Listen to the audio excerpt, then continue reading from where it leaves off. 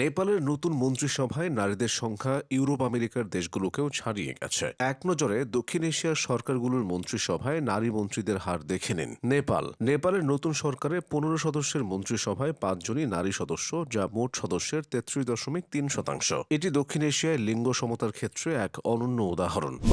মালদ্বীপের ২২ সদস্যের মন্ত্রিসভায় ৪ জন নারী দায়িত্ব পালন করছেন, যার হার ১৮.২%।